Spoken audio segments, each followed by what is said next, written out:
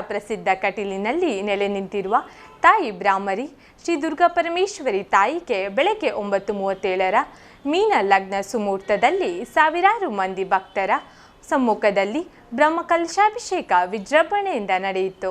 ಬ್ರಹ್ಮಕಲಶೋತ್ಸವದ ಸಂಭ್ರಮವನ್ನು ಕಣ್ತುಂಬಿಸಿಕೊಳ್ಳಲು ದೇಶ ವಿದೇಶಗಳಿಂದ ಲಕ್ಷಾಂತರ ಭಕ್ತರು ಕ್ಷೇತ್ರಕ್ಕೆ ಆಗಮಿಸಿದ್ದರು. ಬ್ರಹ್ಮಕಲಶೋತ್ಸವದ ಅಂಗವಾಗಿ ಸುಮಾರು 1.5 ಲಕ್ಷ ಭಕ್ತರಿಗೆ ಕ್ಷೇತ್ರದಲ್ಲಿ ಅನ್ನ ಸಂತರ್ಪಣೆ ವ್ಯವಸ್ಥೆ ಮಾಡಲಾಗಿತ್ತು. ಕ್ಷೇತ್ರಕ್ಕೆ ಆಗಮಿಸಿದಾಗ ಭಕ್ತರಿಗೆ ಕಿನ್ನಿಕೋಳಿ ಹಳೆಯಂಗಡಿಯ ವಿಶ್ವ ಬ್ರಾಹ್ಮಣ ಸಮಾಜದ ಬಾಂಧವರ ವತಿಯಿಂದ ಕಲ್ಲಂಗಡಿ ಹಣ್ಣನ್ನು ಸೇವೆಯ ರೂಪದಲ್ಲಿ ವಿತರಿಸಲಾಯಿತು.